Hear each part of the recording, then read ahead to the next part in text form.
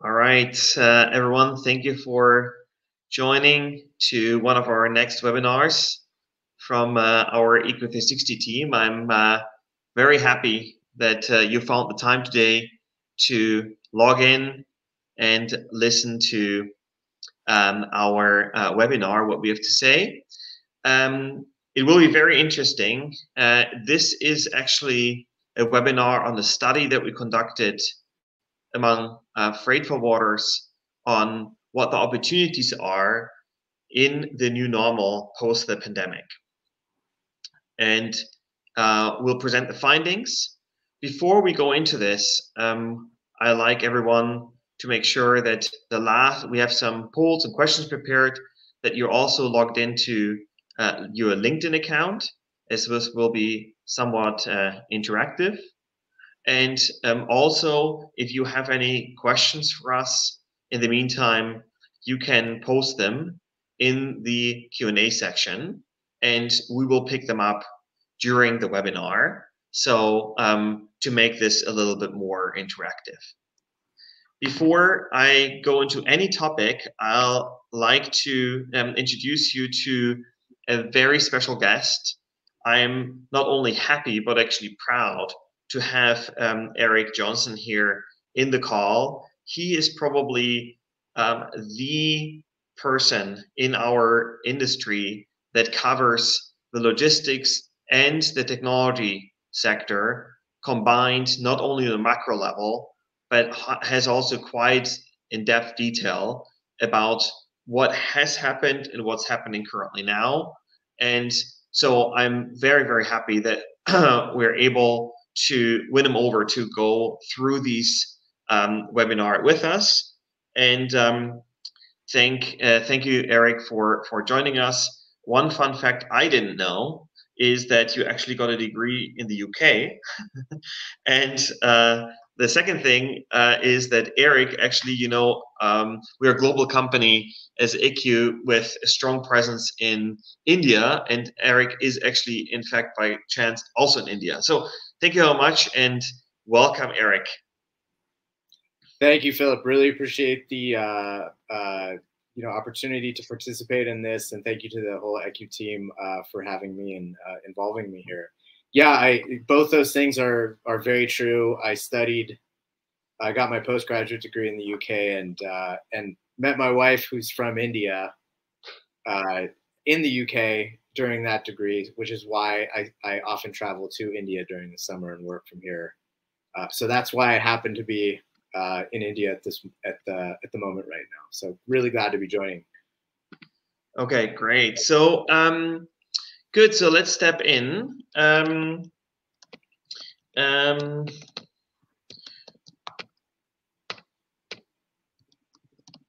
Okay, so let's step into the next slide. So in this study, we are discussing of what the biggest catalysts for industry are, right? And so Eric, let's make this a little interactive. What do you think before we go into the study? What from your background would you say were the biggest catalysts in during this crisis? Yeah, I would say, so first of all, as background, I'm the tech editor. For those of you who don't know me, I'm the technology editor at the Journal of Commerce, or JSC.com.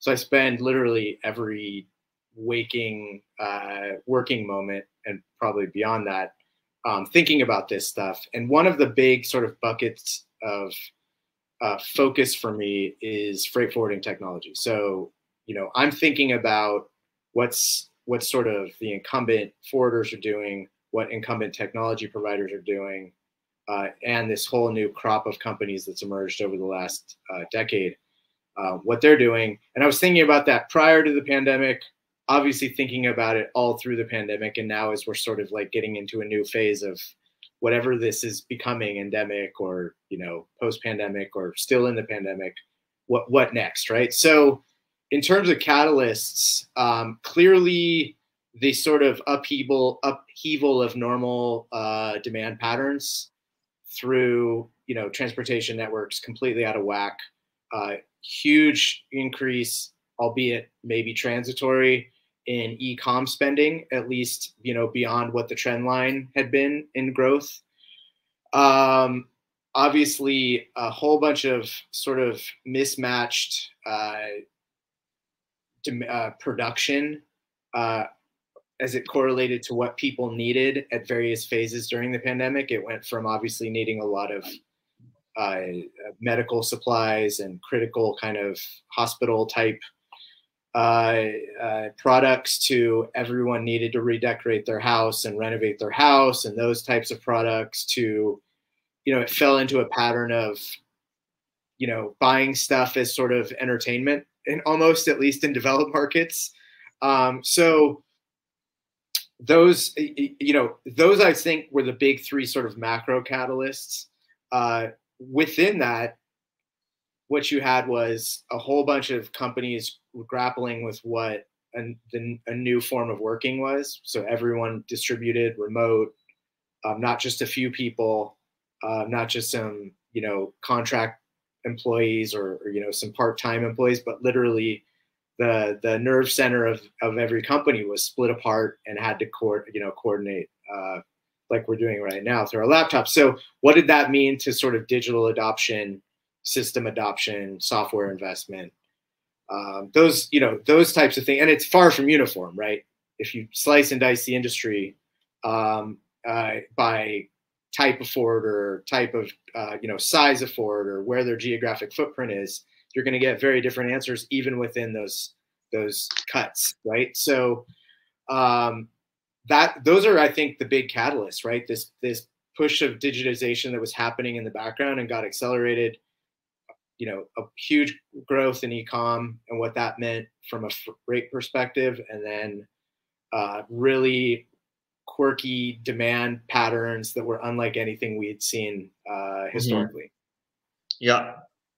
Yeah, I think that's interesting, that basically these like demand supply changes were basically like something that when we did our study here are basically folding down to three patterns that the freight forwarding community was challenged with, and that you can take forward and say, if you find any solutions and into or opportunities that freight forwarders can take in the future, these are basically the surrounding patterns. The first one is that rate volatility was increasing, and the rate volatility is still there. And volatility means basically that not only rates go up, but they also go down.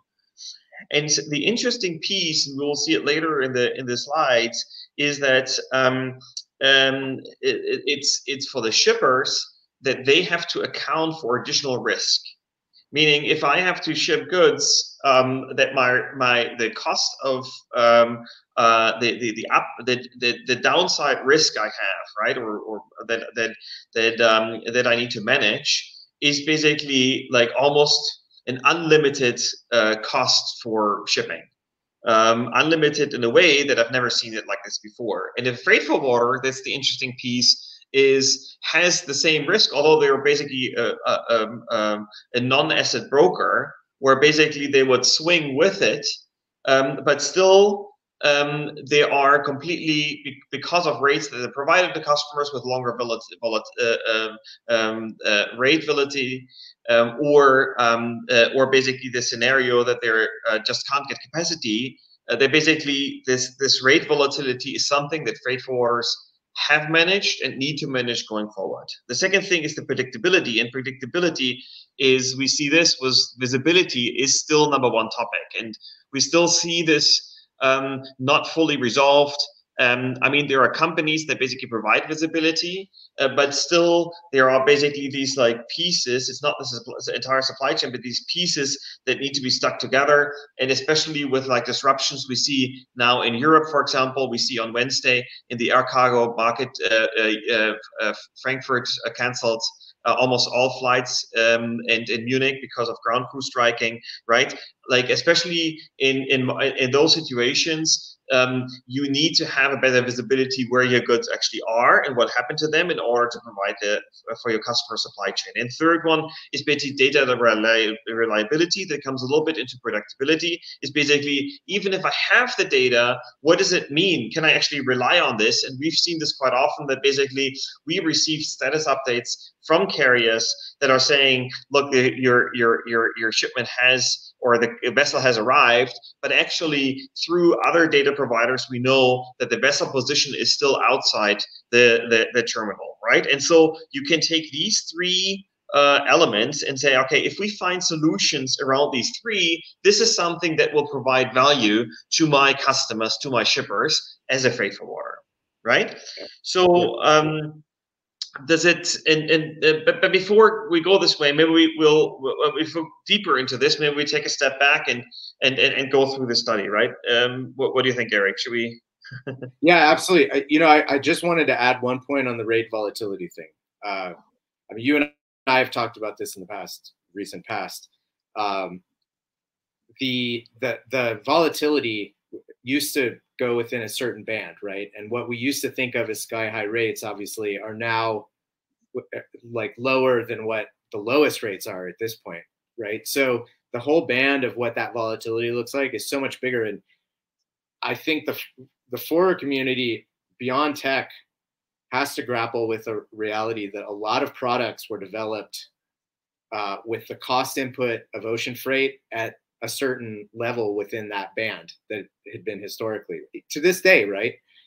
How are products going to be redesigned and re-engineered so that that cost input is at a sort of permanently or systemically higher rate? So that's something that is a bit out of the control of the forwarder unless they have some say into the kind of landed cost sort of calculation of a product before it even ships or before it's even made, really. So that's certainly a huge factor beyond the tech, this sort of fundamental shift in the market cost structure. So good. All right.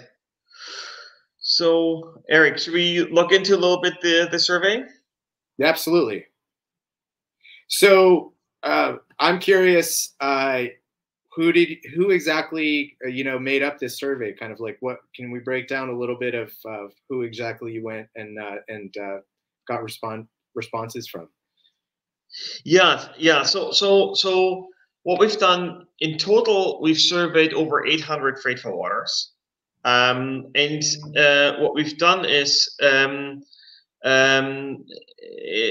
basically go through different sizes of freight forwarders so that we capture. You see here, a quarter of our respondents came from very tiny ones, from 1 to 10 people, versus basically another 25% came from, or 24% came from, or my math today, 26% came from companies over 200 people, right? So even 18% over 500 people. So really like a nice overview over the industry. And then we've also checked that we're not just covering forwarders that cater to a certain industry, right? Specifically, for example, e-commerce sees different trends than, for example, let's say in the retail sector, right? And so that we also capture not ocean but also air freight trends. And so this is basically what our responses were. Fantastic. Yeah, really good cross section. And 800 is a huge number. Obviously, it's a massive market, very fragmented, but 800 is certainly a representative sample of that market. Yeah. So as Philip mentioned in the intro, we're going to ask a few questions during the course of our discussion today. And the first one that we wanted to sort of push out to everyone is in line with one of the topics that was asked in the study, which was, what is leading growth in your company? So we're going to pull that poll up and give you a little bit of time to answer it, so we get a sense of what some of you out there saw. Yeah. So please go through and answer what is the leading growth in your company, and then after this we will also present what we found in the study. Yeah. Okay. So while you have a chance to go through,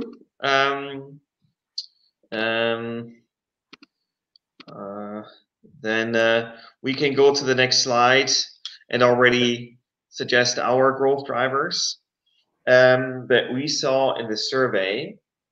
So it was very interesting. Obviously, this survey was taken earlier this year, when still, especially like I think people were pretty surprised about the Omicron variant, right? And basically how things all of a sudden shut down again in the US and in Europe, while people thought during winter how like that basically the world's opening up again, all of a sudden it came back to a standstill, right? And so we have to take into consideration that basically when we took this in these poll, that some people were still basically with their mind in basically the lockdown.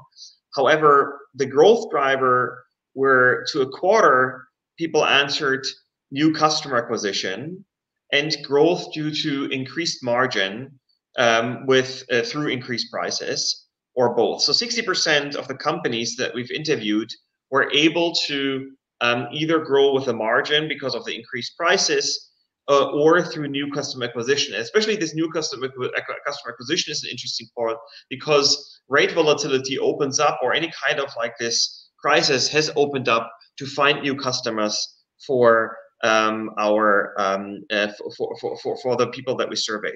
However, there were a few other items that we've also learned. First of all, new services offered, and we'll come to this towards the end when we say, okay, what are actually new opportunities? And the second thing is that they were able to offer new routes, particularly through finding new customer acquisitions, right? And so, Eric, maybe the question to you is, what is your anecdotal feedback? What you hear? How did freight forwarders grow in the last 12 months, 18 months during this crisis? Does it resonate with you? Maybe you can share your view there. Yeah, well, first, just the poll numbers, some of the interesting ones that came up out of those options that we gave, catering to the needs of existing customers and new customer acquisition were far and away the leading drivers of business growth, according to people who took the survey, and thank you for that. So I would say anecdotally, I think the thing I heard the most last year was, I'm a forwarder. I got more unsolicited inbound demand requests from customers that we had never worked with, or ones that we had been pursuing for years but had never worked with us before, than we ever had. Makes sense, right? Everybody was scrambling for capacity. That, access to capacity was the lead-in for relationships that were hard to build in the past, even if they were short-term transactional relationships to sort of get through the period last year. So, I think if forwarders were not careful last year, they could easily, sort of rest on their laurels a little bit around innovating and keeping on kind of improving their service offering. Not to say that they were slacking in terms of customer service, but just constantly staying ahead of what they need tech-wise, what they need, what new services to offer, because they were not struggling with demand, and they were not struggling to increase revenue year on year, simply because of the macro environment that was out there. So I look at this from a tech question. Through this entire cycle, were you continuing your normal pace or accelerating your pace, sort of digital investment? And secondarily, were you able to turn any of those transactional relationships, shippers looking for any space they could get, into longer term relationships based on, either they loved your service or you had some technology or digital edge that they hadn't experienced before, and you were able to leverage that into a longer term relationship with those shippers? Okay. Yeah. Interesting. So what we've then done is basically we went through and that speaks a little bit to your point. We went deeper and said, like, okay, what are the sizes of customers, or did certain customers grow faster, or customers, do certain freight forwarders grow faster than others? And I want everyone to look at basically this pink element here. You see here in the top left side that these are smaller companies, and the pink resonates to up 20%, and the blue to up 15%, right? And so what you see is a trend that the larger the company is, the more they were able to grow, the bigger they were able to grow. And that's very, very interesting because for me, because what I've read so far always that, like we talked about, that this middle segment of freight forwarders, that are like these let's say 200 and up employees have struggled because they weren't able to be so nimble. And so this survey taught me different, that basically actually the smaller companies were the one that struggled the most. And when you see the orange one, there were actually companies that degrew, or basically they were 10% that declined by 10% or more. And this is the orange sector, and specifically sticking out in the 1 to 10 employee size, that 20% of the companies that we surveyed, of the companies that had 1 to 10 employees that we surveyed, were actually growing or degrowing by 20% or more, right? So that's something that that stuck out. Yeah, any take on this, Eric? I have a thought or two, but I was wondering what your thoughts were, because I thought that stuck out as well. I mean, if I had to take a guess on this, I would suspect that a lot of growth last year was dependent on access to capacity, right? So the larger the carrier, the larger the forwarder, the more likely they were to have access to capacity, and the more likely they were to be able to, win those new customers, win that transactional business that was going to grow their business year over year. Whereas the companies in that 1 to 10 range, right, probably don't have the leverage to have gotten slots on ships last year the same way, or space on a freighter, the same way that larger 3PLs do. So I wonder whether some of the data here is very specific to the weird kind of dynamics last year about it being so dependent on who actually had capacity, almost with service as a very secondary aspect of it. Yeah. Okay, and everyone feel free to ask questions in the Q&A, and we'll be answering them throughout. So maybe we'll come to the next topic here. So let's discuss a little bit. I'll present what the most surprising answers are, and this is always a fun one, right? What out of the entire study, what was the most thing that surprised you the most that came out of the data?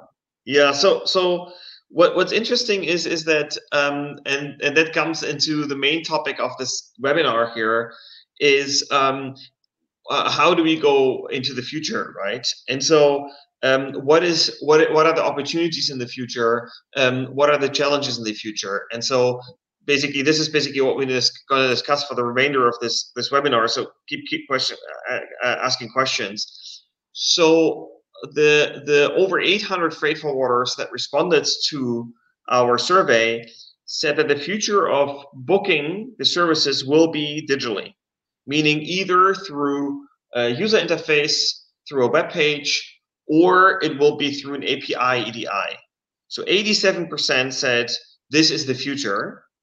But then we asked, what is it currently? Like half of them said it's via email, right? And so that is something that was quite surprising, because there is already a lot of technology out there that allows to transition. So there must be something there that blocks.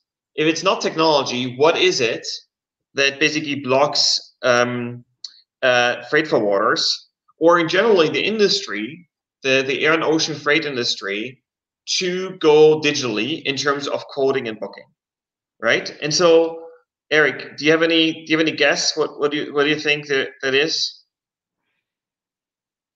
I think that people's intentions often outpace their actual realities, and I think this is a very, very clear example of that. I would suspect if you take this study, if you were able to do a longitudinal thing on a study of this question, that you would find over the next 5 years that 49% would decrease very significantly each year until the point at which it's, you know, maybe 10 to 15%. There are undoubtedly still kind of change management issues. There are investment budget issues that forwarders still face. Many of them, I don't think, have the time and the inclination to really like study the market and realize that there are pretty affordable and relatively painless solutions out there that can get them to where they see the industry going a lot quicker than they might think is happening, right? So, I mean, this question is not asking, do you have a process in place to get to digital? It's asking, what are you using right now? So it may very well be that it's on their roadmap, or they're in the process of changing that too, right? And it may be, they may be further along than they even realize. But I'm sure a healthy percentage of that 49% transact through email because it's the way that their customers are comfortable with and the way that they've been comfortable with. And it's really hard to uproot that comfort level with a process, even if it's fairly painful to actually deal with. Okay. Should we ask the audience? Maybe we can do a quick poll. What do you think are the challenges going forward? What do you think from an audience perspective? If basically the majority believes that it's booking is going digital, and this is a tough question. While you all answer these questions, we get some questions in from the audience here. Gentleman Victor, you're asking if there are figures for growth, if they differ between a digitally enabled forwarder and non-enabled forwarder.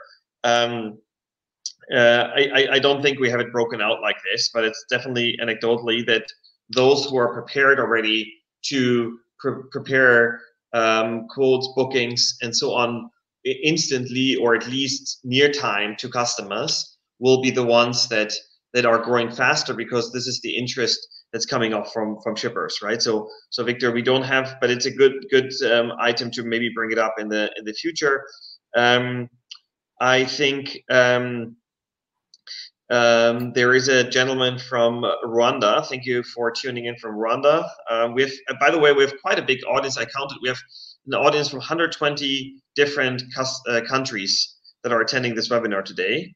And so the question was, will sea freight remain the same or will come down? What is our view? Eric, maybe on your view, it's a very broad question, I think. Maybe if you want to give a minute shot at this. Yeah. Oh, this is the golden question right now. Especially, I mean, we are a little focused on inbound and outbound out of North America, and a little bit out of less so, but still focused on Europe. Less so on kind of the shorter haul trades and the north-south trades. Not to say we ignore them, but I tell you, if I ask 10 different people today what their view of kind of where ocean freight rates are going, I will get 10 variations of an answer, right? There's not a lot of uniformity about exactly how things are going to play out. I think the general, in aggregate, I think we're settling into a period where there's like I mentioned before, it's a little bit more like normal in terms of the band between high and low, but that band is at a higher level than it's been. So instead of 1,500 to 3,500, it would be, maybe 5 to 6,500 or 5 to 7,000, that type of range.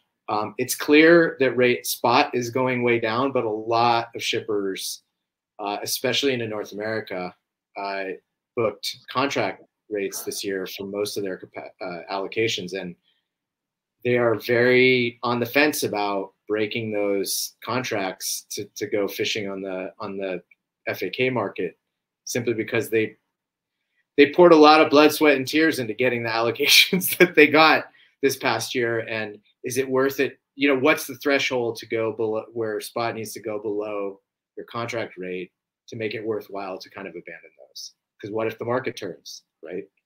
There's a lot of congestion issues that could easily, you know, soak up a lot of capacity that would ordinarily be freed up. So it's very tricky. I empathize with all the capacity buyers out there right now because it's very cloudy. It's not clear at all.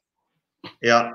Yeah, interesting. So in terms of the challenge, when we look back at the polls, Eric, it's very interesting. The number one challenge that you guys who answered, and thank you for all the respondents, answered, is that ocean carriers are selling to shippers directly.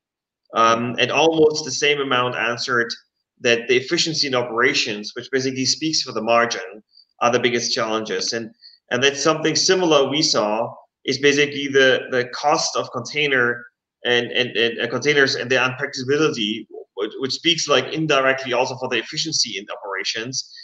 You know, like is this margin pressure? That's the number one topic. And the second is basically that ocean carriers are selling directly to shippers, right? So this is basically what we saw. There is something that new startups providing technology to shippers. It's very interesting. There is a lot of topic talked about, you know, like the e-forwarders coming in the market and new providers coming to the market. But same here at this live poll, as well as basically when we talked, that there doesn't seem to be a big threat in the industry. So that, which speaks that ocean carriers are the bigger threats to forwarders than new entrants into the market. And also like growth in e-commerce and digitalization, you know, like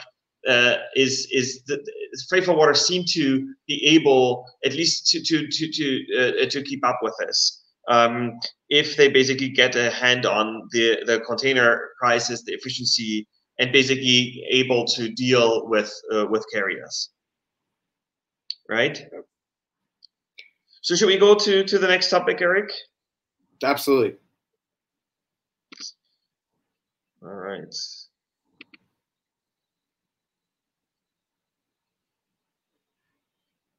So we have one question too, right?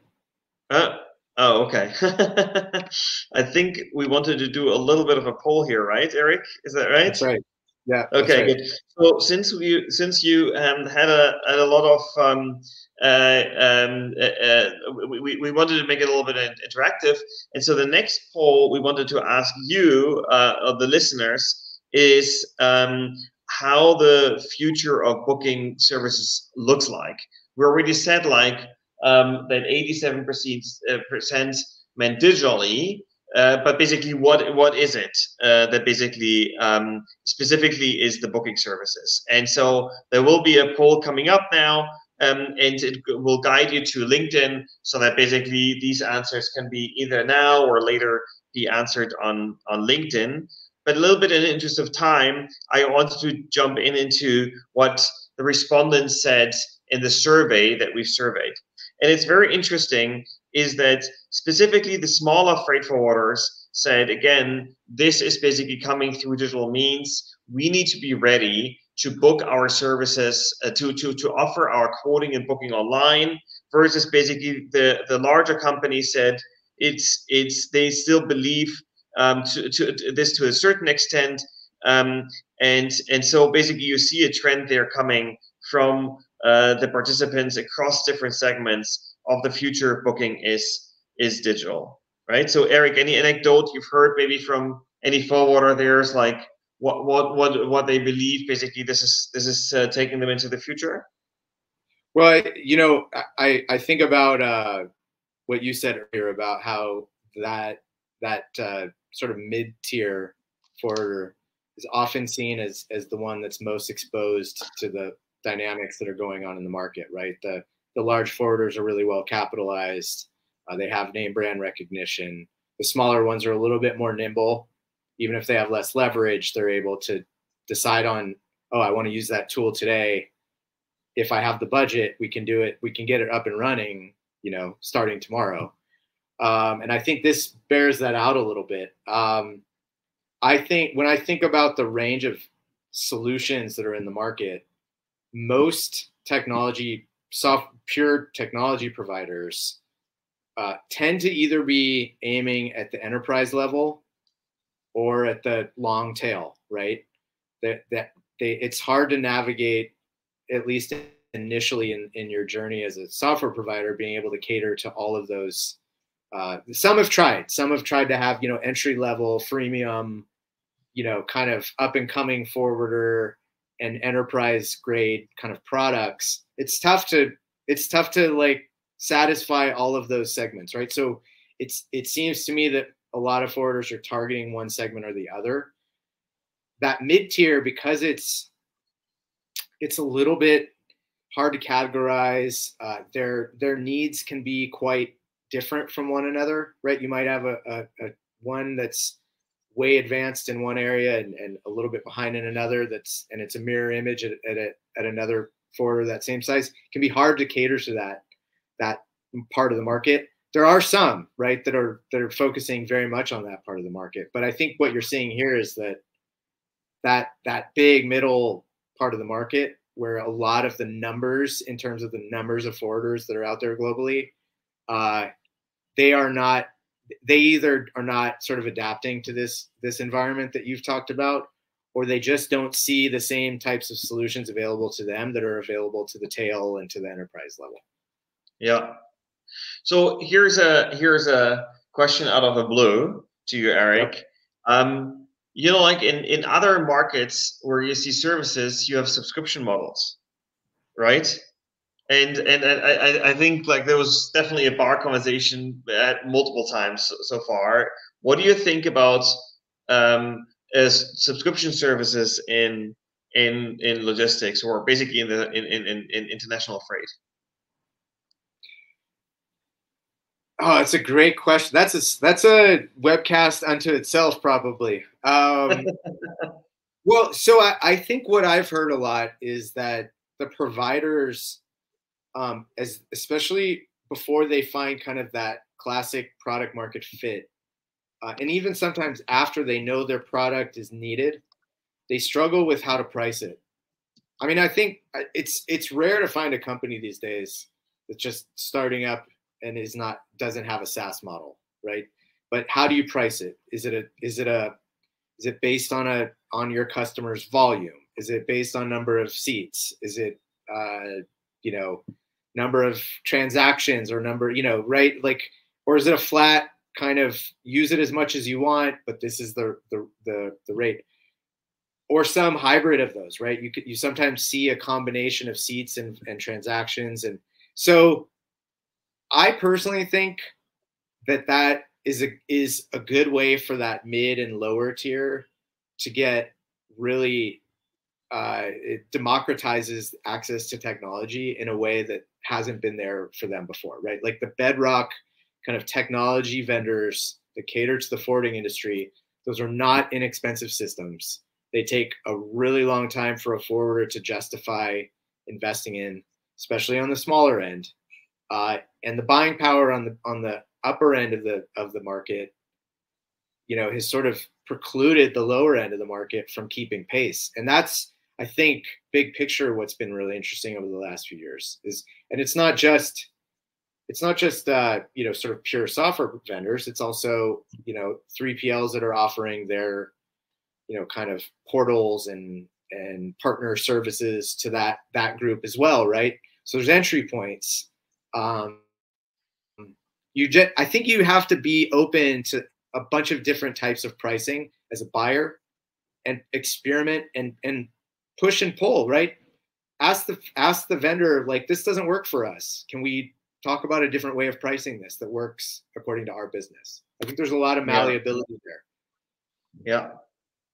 So thank you for all the questions and answers that are coming in.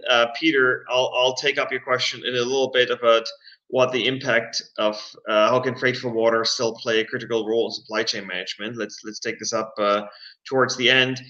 John shared an impact. He says, like, I think the booking digital will be more evident with shipments having existing lane pricing and spot codes for specialty service such as white glove that it still needs to have the more contact-based approach. He's here the same for domestic versus international vendors may switch regions based on cost-effective tariffs, right? So he also shared, John, I think the more involved the level of the shipment will be, the further away from digital the quoting may reside. Very, very, very true here, John. So thank you very much. Let's come maybe to the next topic. And that's basically the topic for this webinar is basically how customers can grow, right? So that is something, how we grow forward. What is your initial take here, Eric? How do forwarders believe they can get out of the margin and growth crunch? Well, this goes back to what I had mentioned earlier, where did you view 2021 and early 22 as kind of a blip and not something that derailed your focus on being more than just a rate arbitrage, kind of player, and someone that was adding value in some other way than just access to capacity? I think I'm a little bit biased in that I write and talk to really enterprising tech people all day long, and they're quite persuasive. Not to say that everyone persuades me, but having the ability to, minimize the touch points internally from an operational perspective, so you're minimizing the cost to actually serve a shipper on a per shipment basis, reducing the cost to acquire new customers and retain them, right? Those are all kind of the areas where tech ought to be able to assist forwarders. Sorry if I'm losing the signal a little bit. My connection's not great right now. Am I back? Yeah, can you hear me okay, Philip? Okay. Yeah, I think I can hear you. We can hear you okay. I think we got we got most of what you were saying. But let's head over and maybe see what our freight forwarders responded.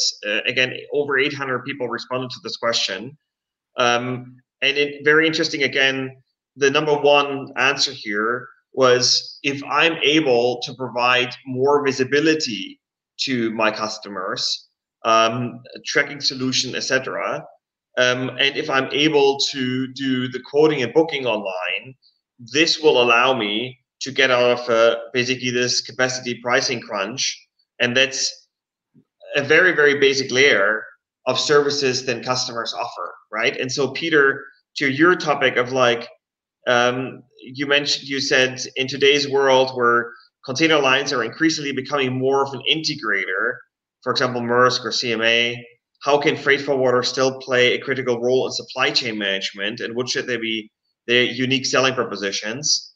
And then you basically, we gave them a multitude of answers. This is basically the biggest question that we've got back, but we heard back, okay, tracking solutions and digital quoting booking, that's something very relatively basic, right? So it's interesting that basically like there is basically this perception of, if I had this, I will be able to do it, and then basically there is media or also larger customers talking about supply chain solutions. So there is still a little bit of like a gap of, okay, what does the future specifically look like? How can I come out of this margin or growth crunch, right? Eric, your take on this? Well, I think these speak to the two kind of the internal and the internal operational part of this and the customer facing part of this, right? Like, how much can you create a self-service environment for a shipper that wants that self-service environment? Not all shippers want that, and some of them want it for some pieces, but not others. And then on the visibility side, that speaks to what can I provide in terms of where a shipment is and when it's likely to encounter problems, and what we can do to reroute without the traditional kind of emailing back and forth and calling to get information about it and relaying that in some text or email form, right? Like, so it's it's really making, to your point, the slide earlier about operational efficiency being kind of the way that companies see growth. Yeah, the less people you have tackling that type of stuff, the more you can grow as a business, right? Because it's revenue per headcount, or revenue per, or gross margin per employee, right? Those are the metrics, the high level metrics that you're trying to improve. Yeah. So then basically we looked into like a little bit like what's actually stopping, and we touched a little bit, and we got some questions in here from Jerome, for example. How would you adapt traditional SaaS for the freight forwarding industry? Or Gerard said basically, is it a lack of exposure from small or tech exposure for small and mid-sized forwarders, right? And so maybe we'll look into what we got as an answer, and then Eric, I want your feedback on this. And you see here that a third said basically, look, it's all great.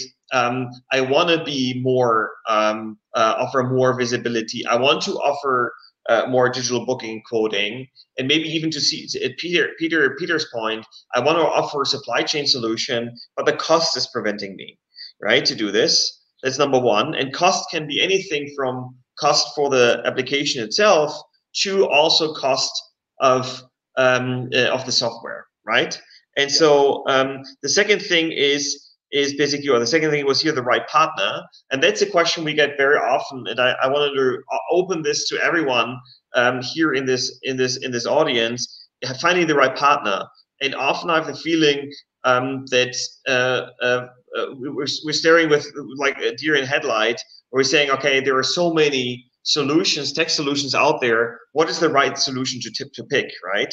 And that's something. How do I find the right partner? Because from a marketing and sales perspective, it all looks great, but like, what is actually a good fit for me, right? And so this was the second large answer, most given answer, and the third one was basically technical challenges. And this also we see quite often still happening, is like, oh, okay, I have like already a TMS ERP running in my application. How can I integrate this with, for example, a tracking and tracing, with a visibility platform? How can I integrate this with a platform that offers a digital booking and coding, right? And so this comes back to the cost. Like, how does it cost me? How much does it cost me? So that's basically the biggest challenges we see. So if you can overcome them, right, and back to what are the needs of the customers, basically visibility, managing basically the volatile cost and predictability, then you already get like this clue that you're getting from this webinar here. If you're able to manage this, then basically you run up. So, but it's not very far away. It's not nothing fancy, right? It's something that can be managed. Eric, what's your take on this? Like, any recommendations you can give to freight forwarders? Well, I think this, if you think about the one that you brought up as being kind of one of the more surprising findings, right? That gap between what they want, what they think is going to happen versus what's actually happening. This is the explainer, right, for why that is. And it's not the same for every company, but big picture, it's, what you just mentioned, right? There's budget hurdles, there's internal expertise hurdles, there's integration hurdles. I would say in terms of tips, to a certain extent, you kind of just need to like jump in and get your feet wet on this stuff and play around and figure out what is bells and whistles and what is real. And you have to sort of budget time and a little bit of money around knowing that the first thing you try is not going to necessarily be right. So you have to manage those expectations of what that process looks like. But it's not to say that every solution out there is perfect or wonderful, but most of the solutions that are out there now are generally a big upgrade over what a forwarder might be doing today, across the board, right? So as long as you are not committing to a long-term relationship that you have to build your entire business around before it's the right solution, there's relatively little harm in just getting in and learning how things work. And yes, you may be missing the 3 or 4 best top performers initially simply because you haven't been able to research the market as thoroughly as you want, but you'll have had the experience of knowing what did work and what didn't, and what a good, sort of tendering process and a product selection process looks like. And you'll be better the next time this comes around, right? And as I mentioned earlier, the costs have come down. The ease of implementation, while never easy, it's never easy to implement software. It's never easy to change people's kind of workflows. It is easier than it was 10 years ago, and it's double easier than it was 20 years ago. So you have to kind of like just jump in and worry about a little bit about the consequences later on some of this stuff. And you can do it modular, right? You don't have to replace your entire operating system overnight, right? You can play around with a pricing tool or a digital quoting tool, or you can partner with a company that has a marketplace and plug into that for a while and see how that works, right? So there's various things you can do to get the experience you need to know what you need to invest in next and how to go through that process. Yeah. So little viewpoints here. I think Michael shared. He says he's a small forwarder.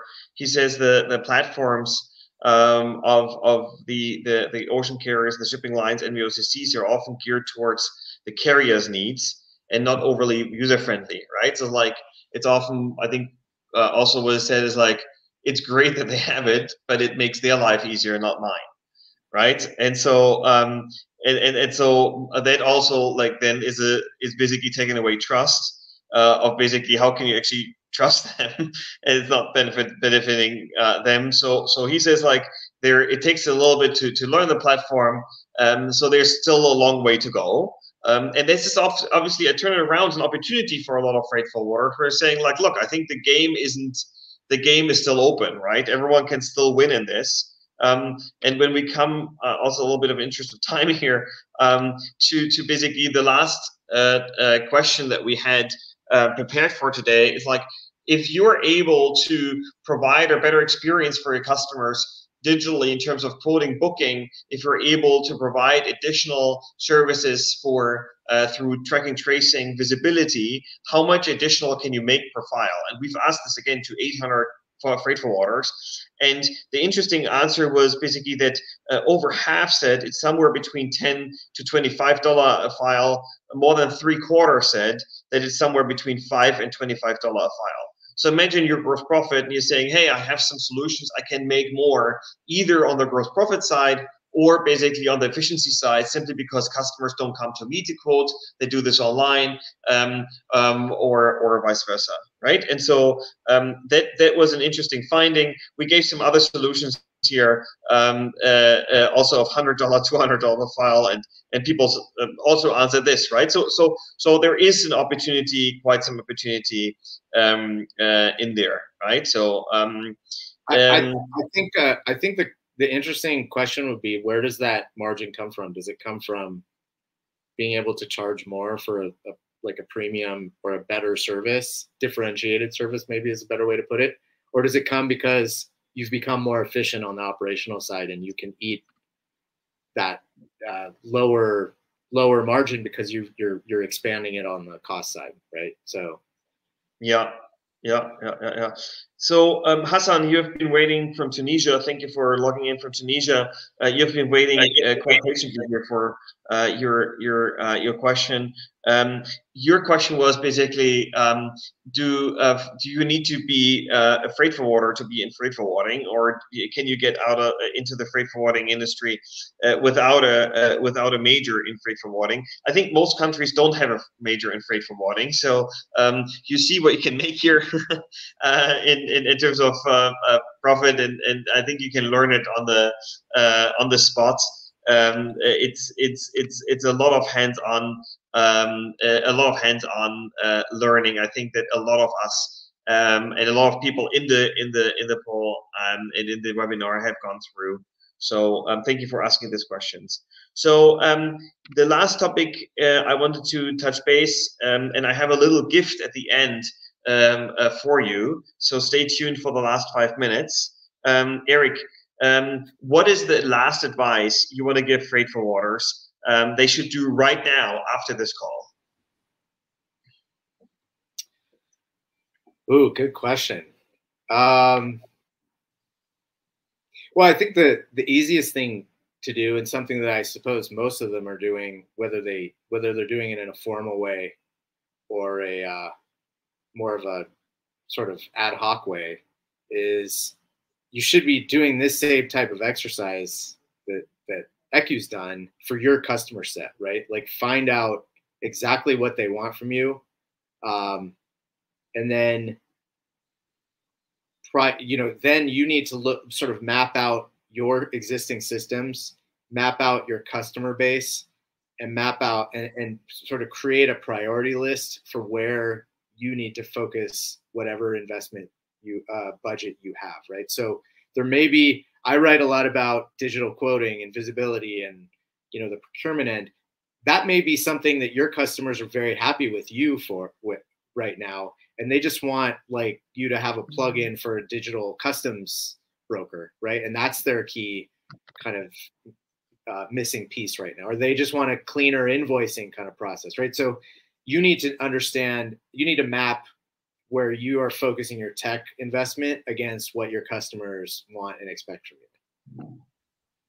Good.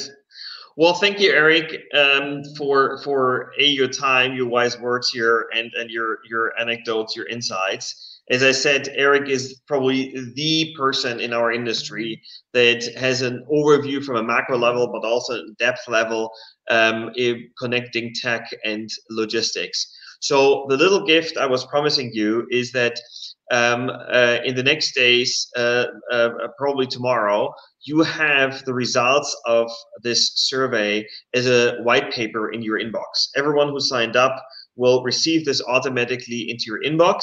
Before you now close this and head out to grab a second breakfast, lunch, or dinner, wherever you're signing for, I want you to head over to LinkedIn, answer our poll, and please also do follow Eric Johnson. I think it's super insightful what he's writing about, and follow also ECU360 us.